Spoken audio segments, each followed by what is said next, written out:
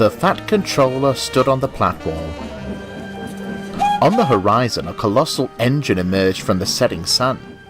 Its black paint was shabby, and its puffs were deep and hoarse.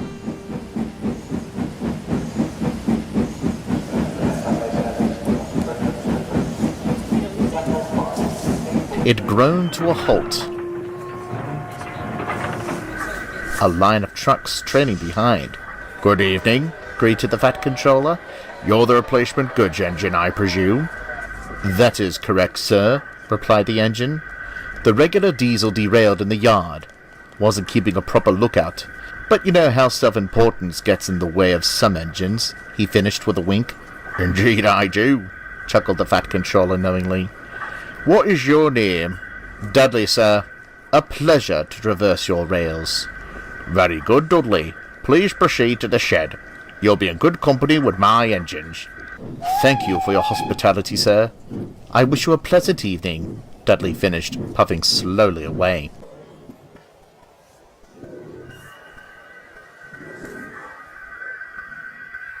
The engines welcomed the newcomer warmly. Soon they were laughing and chatting like schoolchildren. "Ah, pity my stay is but a temporary one," Dudley sighed. "You're blessed to have a controller who realizes your value. My days are numbered on the other railway." "A grim inevitability," shuddered Gordon. "Inevitable, my tender. We could change that," replied James. "Oh, I could never impose such a thing," insisted Dudley.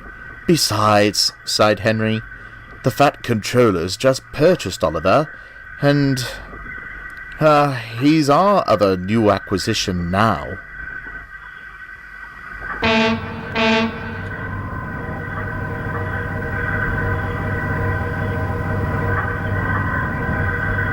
Bear backed down next to Dudley. "Hello," he smiled. "I'm Bear.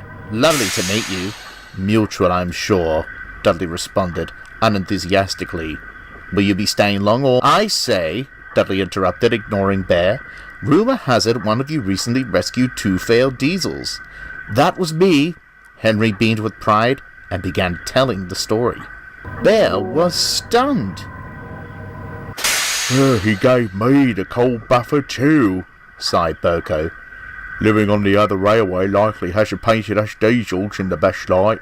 "Aye," agreed Donald. "Didn't take it to heart, Bear. Dougie and I needed time to come round. You'll find you're a good sort." "I hope," Bear conceded, though he couldn't help feeling hurt.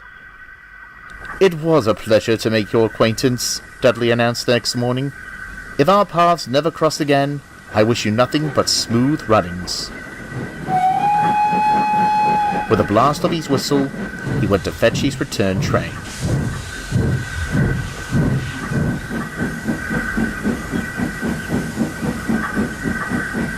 "What a shame," said Henry. "I wish there was something we could do." Despite his hurt feelings, Bear tried to be optimistic. "He seems a good sort," he smiled. "Things always work out in the end for honest, hard-working engines." The others said nothing. They only hoped Bear was right. With Duck running his branch line, Donald volunteered to shunt in the yard. He did it well, easily keeping the trucks and coaches in line. The others were grateful for his help. That morning, Donald brought the coaches for the first train to the platform.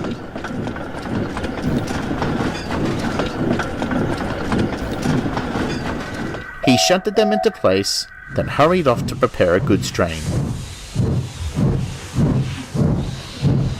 Before long, Henry came backing down into the station. He was looking forward to a run in the morning sunlight. When... "Glory!" cried his driver. Instead of waiting at the platform, the coaches were fouling the points. "Stop! Stop!" groaned Henry. His brakes screeched. But it was too late. Henry's tender was derailed, resting crooked against the battered coaches. Their paint was scratched and their windows shattered. Both Henry and the coaches whimpered meekly. Soon the Fat Controller arrived. Donald cleared away the unheard coaches, while Dudley brought the cranes. "How on earth did this happen?" demanded the Fat Controller. "Can't see, sir," replied Donald. "Young coaches were at the platform when I left them." "I see. Some defect in the brakes, no doubt. I'm afraid this means a trip to the works for you, Henry. This puts us in an awkward position." I'm sorry, sir," frowned Henry. "Excuse me, sir," smiled Dudley. "May I offer my assistance? I won't exactly be busy if I return to the other railway. Surely my controller could spare me to make up for Henry's absence." The Fat Controller smiled. "A splendid idea, Dudley. I'll make the arrangements right away. In the meantime, please take Henry to the works." Henry's tender was soon back on the rails. There, old boy," comforted Dudley. "You'll soon be right as rain, and I'll handle your trains with the utmost care." Henry smiled.